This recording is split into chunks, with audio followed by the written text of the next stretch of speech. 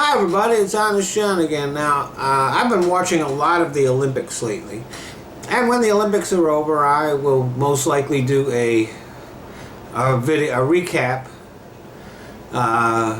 Certainly a much less polished recap than the actual sportscasters do, but just it'll be fun.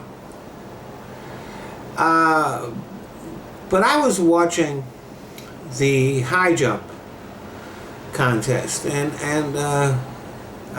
this intrigues me because I was in high school and interested in that kind of athletics when there was a major change and innovation in the high jump.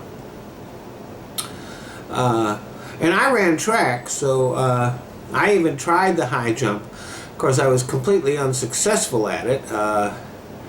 I couldn't even get over the bar. I couldn't even get even with the bar. I couldn't hit the bar. I would just sail under the bar and into the pit. So that was pretty unsuccessful. I also tried the javelin. And I remember that really well because I assumed the stance and I looked just like as if I knew what I was doing with the javelin. And I ran forward and planted and threw the javelin, and I must have been doing something really wrong because as I threw the javelin, as it went by, the back of the javelin hit me on the side of the head, and it really hurt. So I wound up sticking to just running, which was the only thing I was good at. But at the time when I was in high school, the way people approached the high jump was they ran straight at the bar, planted their dominant leg, and lifted the other leg, and they would try to sail over the bar sideways. And they would be facing down. And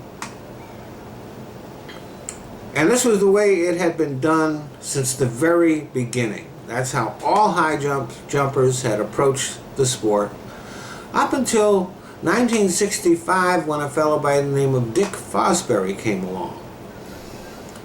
And he developed a whole different approach to high jumping. Instead of running right at the bar, you ran in the curve. And when you started your jump, instead of facing the bar, you actually had your back to the bar, or were at least at a 3/4 angle away from the bar. And you would plant your leg and lift off. You'd throw your head back,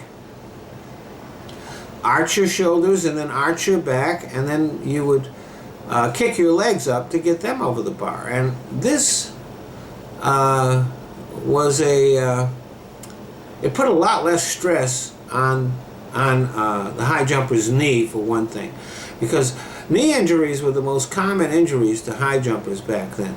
And since we didn't have the kind of microsurgery that we had then back now, a knee injury could basically end a high jumper's career, and it was the most common injury at the same time. So it took a very special guy to be a high jumper. But with Dick Fosbury, a lot less stress on the knee, and you're able to go a lot higher. Now, high jumpers routinely jump over 7 feet. It's pretty amazing. So, Fosbury won the gold medal in the 1968 Olympics, and it wasn't very long after that until all high jumpers were using Fosbury variations on the Fosbury flop.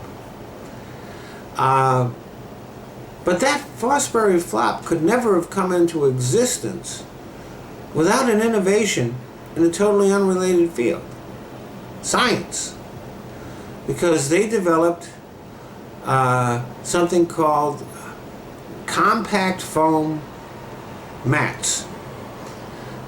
Up until then, a high jumper would land in a pit that was a sand pit, basically, Sometimes there would be a thin mat over the sand, but high jumpers had to be very careful about how they landed.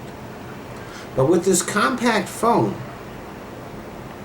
in the pit, it didn't matter how they landed. They were not going to get hurt. If somebody had tried the Fosbury flop before that stuff was invented, they would have landed in the pit and probably gotten a concussion or a back injury.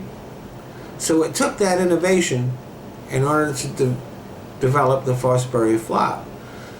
But you have to give the credit to Dick Fosbury, who saw the way that jumping was being done and the way it had always been done, and actually visualized another approach to it.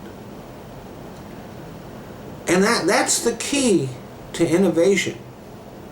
To see things the way they are done and to be able to visualize something that nobody's ever seen before. Thanks for listening.